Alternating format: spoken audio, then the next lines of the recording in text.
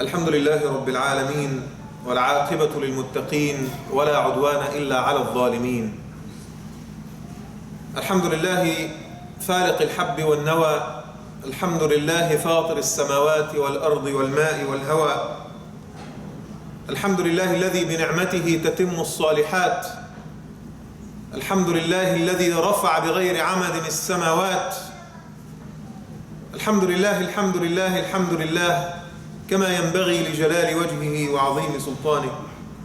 وأشهد أن لا إله إلا الله وحده لا شريك له، وأشهد أن محمدًا عبد الله ورسوله وصفيه من خلقه وحبيبه، أرسله ربه بالهدى ودين الحق بشيرا ونذيرا وداعيا إلى الله بإذنه وسراجا منيرا، ففتح الله به أعينا عميا وآذانا صما وقلوبا غلفا، وكان رحمة للعالمين وحجة على الناس أجمعين. اللهم إنا نشهدك أننا نحب محمدا في هذه الدنيا ما بقينا آبدا. اللهم صل وسلم وزد وبارك على الحبيب المصطفى محمد وعلى آله وأصحابه وأتباعه ومن اهتدى بهديه وعمل بعمله إلى يوم الدين، وارض عنا معهم بفضلك وكرمك أرحم الراحمين. اللهم آمين. I praise Allah subhanahu wa ta'ala, the creator of heavens and earth, the giver, the cherisher, the sustainer, the provider. I thank Allah for all the blessings that He has bestowed upon us, ones that we know and ones that we know not, ones that we are aware of and ones that we are unaware of. I thank Allah subhanahu wa ta'ala for our hearts that beat. I thank Allah subhanahu wa ta'ala for our eyes that see. I thank Allah for our ears that hear. I thank Allah subhanahu wa ta'ala for our families and friends. And I thank Allah above all for the deen, the greatest gift He has ever bestowed upon us. Alhamdulillah, alhamdulillah, alhamdulillah. I bear witness that there is no deity worthy of worship save Allah. And I bear witness that Muhammad is Allah's final prophet and messenger, the bearer of glad tidings, and the role model to be followed, sallallahu alayhi wa sallam. May the peace and the blessings of Allah be upon him and his family, his companions and followers and students, and all men and women that are inspired by the Prophet's teachings and walk steadily in his footsteps until the day of judgment. And I ask Allah to make each and every one of us among them. Allahumma ameen. My dear brothers and sisters, I greet you the greeting of Islam. Assalamu alaikum wa rahmatullahi wa barakatuh. Modern times are very, very difficult. They're difficult in the sense that it is nearly impossible for us to balance our responsibilities, our obligations, the things that we need to do and take care of on a regular basis.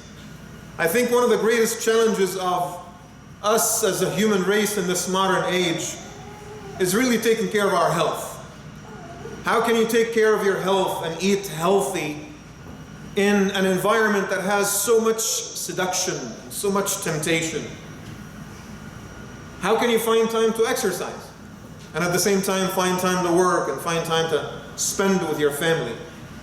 One of the other challenges that we face in this day and age is work, financial sustainability, making sure that we have enough income to support ourselves and our loved ones. One of the other challenges is how to spend time, quality time that is, with our spouses and our children. How to maintain our relationships of kin. Silatul Rahim. How can I still check on my cousins and my aunts and my uncles or my extended family and not let those extremely sacred family relations wither away over time? We need to take care of our relationship with Allah subhanahu wa ta'ala. Maintain our solid connection with the divine. Make sure that our deen is sound. Make sure that we pray with khushu'. Make sure that we maintain a tie with the Quran on a regular basis, to avoid that which is haram and to maintain that which is required and mandatory. We need to spend a little time improving ourselves, reading, taking classes, making sure that we maintain the sharpness of our intellect. We need to spend a little time with the community, attending events, donating to a good cause, being there for our institutions when they need us. There's a million things that we have to maintain on a regular basis. If you spend an hour on the treadmill, that's an hour you could have spent on a business project. And if you spend an extra hour attending a community event, that's an hour that you could have spent with your family. And if I spend an extra half hour with my child walking on a trail in order to teach them something, that is a half hour I could have spent on myself to read some Quran or read a book or improve my own spirit. There's always a trade-off. And sometimes I feel like this all the time, but I'm sure that you guys share the same sentiment with me. Sometimes you wish that there is 30 hours in a day instead of 24. Sometimes you wish that you can clone yourself so that you are able to come to Jum'ah, finish your project at work, finish that school project, and be at that other event and answer all the emails that have been accumulating over the past 3-4 days or maybe weeks. You literally wish that cloning as a technology becomes legal so that we can clone ourselves and we can get so much achieved. However scary that thought might be. I personally wish sometimes that I have superpowers, that I can get things done in a second. No matter how eloquent you are and how efficient you are in your language, the minute you start talking to your child about something, you always lose the argument. No? It doesn't matter what it is. You can make the greatest sense on earth, but you're not getting through. There's a barrier, there's a wall between you and your child. You call it a generational gap, you call it the influence of popular culture, whatever it is. But it's so difficult. Sometimes you sit there on a customer service call for an hour and a half or maybe 2 hours and you get absolutely nothing done and you just wasted 2 hours of your life. How can we address those things? All these different responsibilities that we have to take care of at the same time, simultaneously, how can we take care of that? Now, what if I told you that there is a prescription in the prophetic tradition of Muhammad sallallahu alaihi wasallam to teach you how to achieve superpowers? What if I told you that there is a way that the Prophet sallallahu alaihi wasallam taught us on how to achieve superpowers? Now pay attention to this hadith because I want you to memorize it. It's not fiction. It's not drama. These are the words of Muhammad sallallahu alaihi wasallam. He speaks to every single one of us, all the sons and daughters of Adam, and he says, Ya ibn Adam, ati'ni. Sons and daughters of Adam, obey me. تكن عبدا ربانيا تكون للشيء تقول للشيء كن فيكون. Again, يا ابن آدم أطعني تكن عبدا ربانيا تقول للشيء كن فيكون. It's a hadith Qudsi. You know the difference between the Quran, the hadith, and the hadith Qudsi. Just a quick note for you to learn it, inshallah. The Quran, these are the literal words of God revealed from Allah subhanahu wa ta'ala to the Prophet sallallahu alaihi wasallam, and they are mentioned to us as such. Al-Hadith al-Qudsi, these are the ideas and the thoughts of Allah subhanahu wa ta'ala revealed in the Prophet's own language. So it still uses the first person as if Allah is speaking. And the hadith is just the words and the thoughts of the Prophet sallallahu alaihi wasallam. You see the difference? The Quran is both thoughts and language of Allah subhanahu wa ta'ala. Al-Hadith al-Qudsi is the thought of Allah, but the language of the Prophet sallallahu alaihi wasallam. And the hadith is both thought and language of Rasulullah sallallahu alaihi wasallam. Now this hadith Qudsi that I revealed to you, Allah speaks and He says, sons and daughters of Adam, obey me so that you can become godly worshippers. Abdan Rabbaniya. Godly worshipper, which means that there are worshippers that are not necessarily godly. Okay? تَقُولُ لِلشَّيْءِ كُنْ فَيَكُونُ. You will say to something, be, and it is. Which is an exclusively a divine quality. It is only Allah subhanahu wa ta'ala who is capable of saying, be, and it is, kun fayakun, to anything. Right? But Allah subhanahu wa ta'ala through this hadith teaches you and I that there is a way for us with our limited abilities as human beings, to say to something be and it is. And I don't mean that, the Prophet did not mean that in the sense that it becomes a miracle. Microphone become date palm. It doesn't work like that. What the hadith says is that you will become so efficient. There will be so much barakah in what you do. You will be making the right decisions when it comes to work. You see, I know, for example, in my career, there's a lot of people, a lot of imams. They travel so much from one place to the other, to give the khutbah or to give a speech, or, I used to do that back in the day, but I don't really do it that often, maybe once a month, in order to satisfy the invitations of friends and brothers that, I really care about. So I don't want to say no to them. But back in the day, myself and so many imams, they travel a lot. And so many imams, they travel a lot because there's a small honorarium, $500 or $1,000 or whatever, and they cross the continent. And they stay on that assignment for 2 days. They get a lot of dua from the community that invited them, but they also get a paycheck. Everyone knows that. They get a check at the end of the day that they use to help and support their families. They do this 5-6 times a month, and they get on a plane and they travel. And they spend so much time away from their families in order to make $5,000 or $6,000 at the end of the day. Right? As opposed to running a small business deal that takes you 5 minutes on the phone and you make $25,000. You're aware of that? That is why the Prophet ﷺ says, تسعة أعشار الرزق في التجارة. 9/10 of rizq is in business transactions, because sometimes it takes so much effort, sometimes it takes little effort, but that is what I meant by barakah. There is decisions that you make. You don't know the outcome of your efforts. So you might go on a business venture and it takes you 6 months and you actually lose money. And you might make a couple of phone calls and take a leap of faith and you make really, really good money. That's how life works, right? Now, who determines the wisdom of your decision at the end of the day? It is Allah subhanahu wa ta'ala. If you are Rabbani, a worshipper with a godly character, Allah Azza wa Jal puts wisdom, hikmah, in the decisions you make, and then you become so efficient. 5 minutes and you're making the right business decisions. You're having an argument with a child, with your son or your daughter, and Allah subhanahu wa ta'ala blesses you with the right things to say, with the right stories, with the right anecdotes, with the right arguments that don't offend them, don't make them look like you're condescending to them, right? But at the same time gets to their hearts and captures their imagination.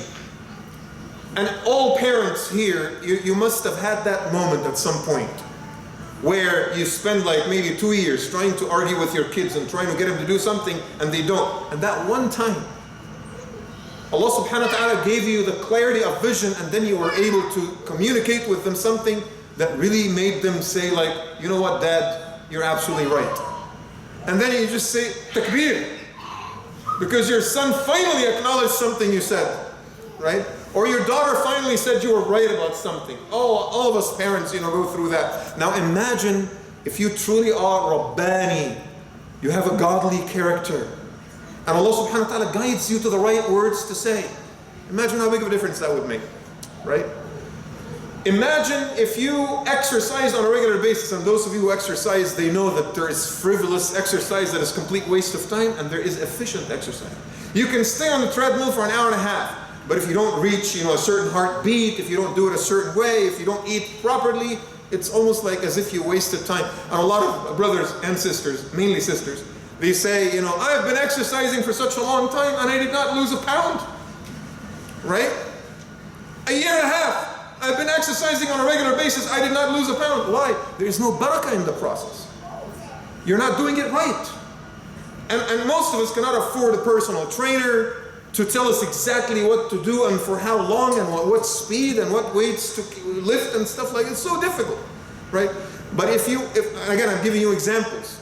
I am not saying, oh, the Imam said this, inshallah, I'm gonna start going to the gym tomorrow, everything's gonna work out. I'm not saying that. I'm just giving you examples of how the barakah of being Rabbani, being someone of a godly character, can completely change the landscape for you. It can completely change how you assess things and how you make better judgments and how you make better choices. right? Oftentimes you go to the store and you buy something and you've been researching it for such a long time. You know, it's the TV of your dreams, 75-inch TV, in order to play your favorite video games or watch your favorite Food Network show. And you do a lot of research and then you buy it. 2 days later, it's discounted at 50%. How do you feel about that, right? If you only wait for 2 extra days, you would have saved $700. Who determines all these occurrences? Who determines all those? There's an infinite number of those things that happen on a daily basis in our lives. You can exert all the effort you want, you can do all the research you want, but at the end of the day, there is a limit to what you can achieve as a human being, because it is only Allah subhanahu wa ta'ala that knows the knowledge of the unseen, ilmul ghayb. That is, Allah subhanahu wa ta'ala knows it, not you and I. When I say kun abdan rabbaniya, be a worshipper of a godly character, I mean to say, according to the Prophet ﷺ, that there will be barakah in your life. Allah will make it look like you are saying to things be, and it is. All of a sudden, there's better rapport between you and your spouse. All of a sudden, you're getting things done with your kids. All of a sudden, there's barakah in your business. All of a sudden, you're not tense anymore. See, that's the greatest challenge, by the way. Mental health. We don't talk about it often. You make good money, you have a good family, you have children, you practice the deen, you come to the masjid on a regular basis, you're charitable, you don't lie, you're an ethical and moral person, you avoid things that are haram. Everything is good, but your heart is not at ease. Have you experienced that before? You don't know why. You're still a little bit depressed. You're still a little bit anxious. You're still not happy. I have everything. Why am I not happy? I get this question all the time. All the time from community members. I don't know why I'm not happy. I'm just unhappy. Who determines your mood?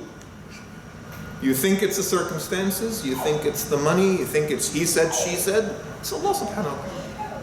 He's the one that determines your mood. If you invest in being abdan rabbaniya, a worshipper of a godly character, Allah subhanahu wa ta'ala might put that blessings, the barakah in your life, in everything you do, in everything that is around you. Even when things are so negative, your perception of them becomes positive. So the same agent, the same action that could hurt somebody else will not hurt you. You just say, Alhamdulillah, I'm still happy. I'm still happy. So it is not just about changing the circumstances, it's also about changing how you react to the circumstance. By being a worshipper of a godly character. Now it is not just the hadith, by the way, the Quran in Surah Al-Imran also talks about this. Allah subhanahu wa ta'ala explicitly commands you and I to be worshippers of a godly character. وَلَكِنْ كُونُوا رَبَّانِيِّينَ, he says. Be worshippers of a godly character. بِمَا كُنْتُمْ تُعَلِّمُونَ الْكِتَابَ وَبِمَا كُنْتُمْ تَدْرُسُونَ. By virtue of you teaching, learning and teaching the divine writ. What does that mean? What does it mean? As far as the knowledge of Islam is concerned, we all have knowledge of Islam. And we share that knowledge with people. You listen to the khutba. You process the information. You listen to the khatira, to the YouTube lecture. You read a book. Someone gives you an advice in a conversation, Islamic advice. We have a lot of information about Islam that we learn, that we acquire, and then we take that information and we share it with others. Oh, you should do it this way, you should do it that way. Oh, this hadith said this, the ayah says that. You need to stop this, you need to acquire that quality, right? We take the information and we give the information. But at the end of the day, it is not making us people of a godly character, still. We are acting as vehicles of knowledge. The knowledge comes here and it goes out there. But it doesn't sit in. And Allah subhanahu wa ta'ala tells you, by virtue of learning and giving, let that information sit in your heart so that it can make you someone of a godly character. Now you take, these are, the teachings of Allah subhanahu wa ta'ala are commodities. Again, I want you to think of this as a business transaction. Sil'atullah. This is a commodity that Allah Azza wa Jal sells, and you buy it, you use it, and then you sell it to someone else. No? It's like buying something new, and then after using it for a year or two, You put it back on Amazon or eBay and you sell it to someone else so that they benefit from it and you make a little money and so on and so forth. So why don't we take the knowledge of Allah subhanahu wa ta'ala and use it? It's like you buy a new cell phone in the box and then you take it and then you put it on eBay and sell it in the box. That's how we process divine teachings sometimes. Just take it from here, give it there. Now Allah subhanahu wa ta'ala in the ayah tells you, no, this is a transaction. Benefit from the transaction. Take my knowledge. بِمَا كُنْتُمْ تُعَلِّمُونَ الْكِتَابَ وَبِمَا كُنْتُمْ تَدْرُسُونَ. تَدْرُسُون means you learn. تُعَلِّمُون means you teach.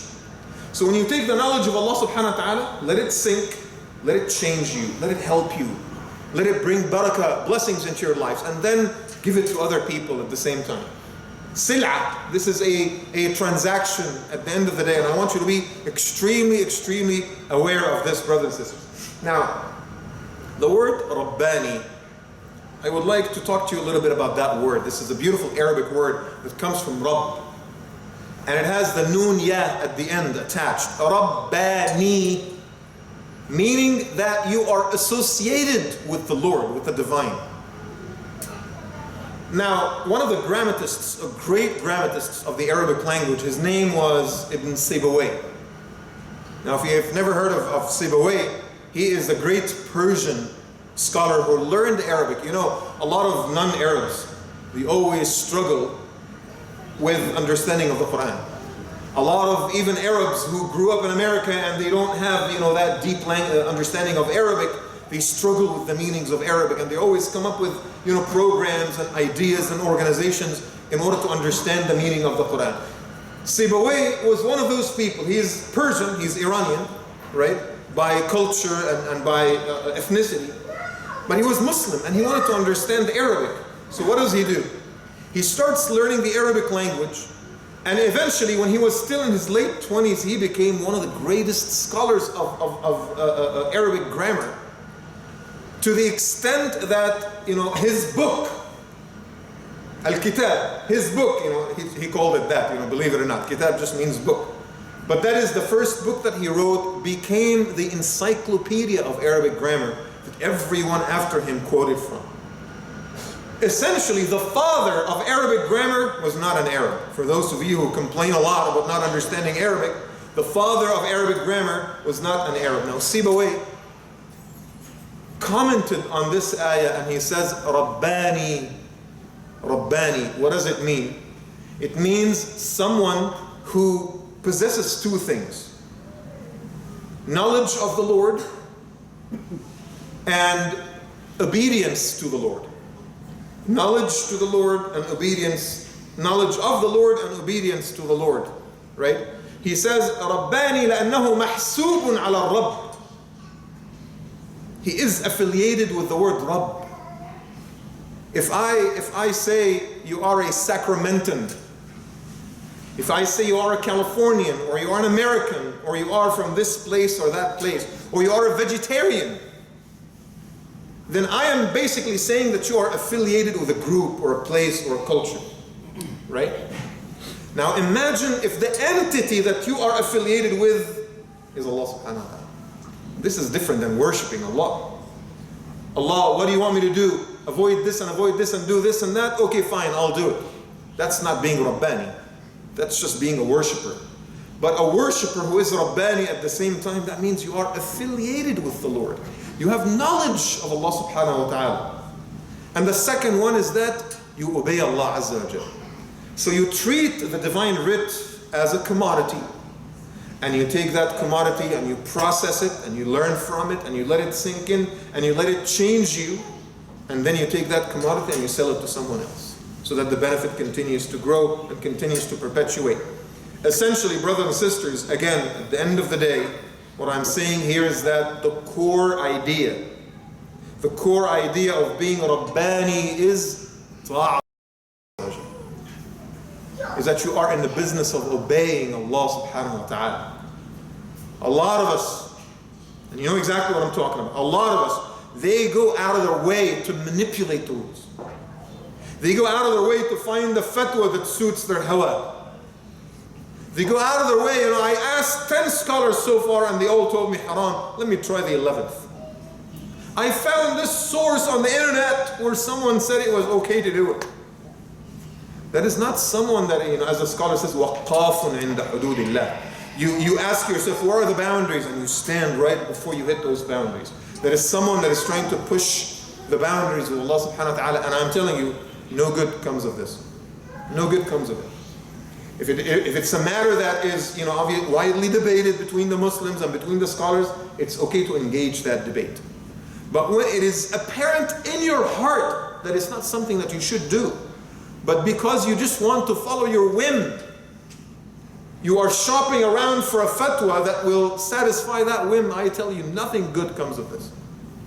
Nothing. Even if you find the scholar that will tell you it's okay, based on his or her education, you are still dancing around the fire. And as the Prophet taught us, sallallahu alaihi wasallam, people who dance around the fire eventually get burnt by the fire, no matter what. You keep dancing around the boundaries of halal and haram, you will eventually step into the territory of haram. That's just how life is. That's how life is. But as long as you're trying to steer clear from the haram, that's haram, okay, I will be 10 miles away from that. I'll be 10 miles away. And I'm not going to impose this on anyone. I will respect people's choices and decisions. I'm just going to make this binding on myself. This is about me, not about people. If people would like to get a little bit closer to the boundary, okay, if they ask for my advice, I'll tell them no, but I will not impose my views on somebody else. But I will make this binding on myself. We are not supposed to be dancing around the haram. We're supposed to actually go out of our way to understand the divine desire. What is it that Allah subhanahu wa ta'ala wants us to do, and try everything in our capacity to follow that. That is ta'atullah azza wa jalla. Obedience to Allah. And if you are exerting the effort to become obedient to Allah subhanahu wa ta'ala, Allah azza wa jalla will eventually make you abdan rabbani. You will become a worshipper of a godly character. يَقُولُ لِلشَّيْءِ كُنْ فَيَكُونُ. You will say to something, be, and it is. I ask Allah subhanahu wa ta'ala to accept our good deeds and to forgive us our sins. Brothers and sisters, raise your hands. Speak to Allah azza wa jalla from the heart. ادعوا الله وأنتم موقنون بالإجابة. الحمد لله نحمده ونستعين به ونستهديه ونستغفره ونعوذ بالله من شرور أنفسنا وسيئات أعمالنا. من يهده الله فهو المهتد ومن يضلل فلن تجد له وليا مرشدا. وأصلي وأسلم على المبعوث رحمة للعالمين وقائد الغر الميامين محمد الصادق الوعد الأمين. اللهم صل وسلم وبارك عليه وعلى أصحابه وأتباعه ومن اهتدى بهديه وعمل بسنته إلى يوم الدين. وارض عنا معهم بفضلك وكرمك أرحم الراحمين اللهم آمين. The Prophet ﷺ never fasted more after the month of Ramadan than he fasted in Shaban. The month of Shaban already started. And yes, he used to fast a lot, all the days of Ramadan. But aside from Ramadan, he used to fast in Shaban more than any other month. So at least in Shaban, you want to, get your body ready for Ramadan by fasting perhaps on Mondays and Thursdays if you can. But some curious companions came to him, sallallahu alaihi wasallam, and asked him the same question that you might ask. Ya Rasulullah, what's the big deal about Shaban that you really fast almost the entire month? According to so many strong ahadith, the only month that the Prophet fasted entirely was Ramadan. But Shaban, he would fast almost the entire month. Ya Rasulullah, why? And his answer, sallallahu alaihi wasallam, was this: إِنَّهُ شَهْرٌ يَغْفَلُ عَنْهُ كَثِيرٌ مِنَ النَّاسِ. A lot of people are not aware of the benefits of this particular month. بَيْنَ رَجَبَ وَرَمَضَانِ. It is between the Rajab and Ramadan. تُرْفَعُ فِيهِ الْأَعْمَالُ إِلَى رَبِّ الْعَالَمِينَ. The deeds of all of the creation are reported to the Lord in the month of Shaban. وَأَنَا أُحِبُّ أَن يُرْفَعَ عَمَلِي وَأَنَا صَائِمٌ. And I prefer that when my report is presented to the Lord, that I am in a state of fasting. Sallallahu alayhi wa sallam. What does it mean, تُرْفَعُ الْأَعْمَالُ فِي شَهْرِ شَعْبَانَ? That all the deeds of you and I are elevated or are presented to Allah Azza wa Jal, are reported to Allah Azza wa Jal in the month of Shaban. What does that mean? It means that, and again, that the scholars talk about this on a weekly basis, on Fridays, on Fridays, your deeds, your report for that week is presented to Allah subhanahu wa ta'ala, right? On a weekly basis. On an annual basis, the report of the year is presented to Allah subhanahu wa ta'ala by the angels in the month of Shaban. Does that mean that during the year Allah is unaware of what you and I do? No. The knowledge of Allah subhanahu wa ta'ala is all encompassing. I am talking about the angels, and I'm talking about the role of the angels. Even though Allah subhanahu wa ta'ala knows what you do, the angels still have to provide him with a report. Fair is fair. The angels that are sitting on your shoulders, they will still provide Allah Azza wa Jalla with a report of all the things that you do. Now, maybe you've done something that to the angels seems to be halal, but to Allah subhanahu wa ta'ala, He knows your intention, so it is recorded as haram. You see the difference? The angels saw you pray, they don't know what's in your heart, so they recorded, he prayed at this hour and he was doing such a good job. That is the knowledge of the angels that is presented in the report. But the knowledge of Allah subhanahu wa ta'ala knows what's deeper. You were doing this because you were showing off to the other person that was looking at you. You did not do this for Allah subhanahu wa ta'ala. It is rejected. So there is a report that comes from the angels, and then there is a knowledge of Allah subhanahu wa ta'ala. This is different. And the Prophet says, when the angels report my deeds to Allah subhanahu wa ta'ala, I would like for that to happen when I am in a state of fasting. Now imagine that you own a company and you have 10 employees and you have this building and there are offices and stuff like that. And the IRS contacted you and they told you that we're coming to audit your business. We're going to audit your books. And you know that the 3 agents of the IRS are coming on Monday. What would you do? Most intelligent, sane people will probably get everything in order. They will present all the receipts. They will have all the books. They will download all the programs. They will get the employees to be on their best behavior so that when the IRS agents, they feel welcome and people are treating them friendly and stuff like that. Otherwise, you might get yourself and your business in trouble. When there's an occurrence such as this, you get ready for it and you are dressed properly and you treat them nicely and you offer them food and here's my office, please sit here, put your computers, do everything you need, and if you need anything from me, let me know. I am here to help you out so that you do your job properly.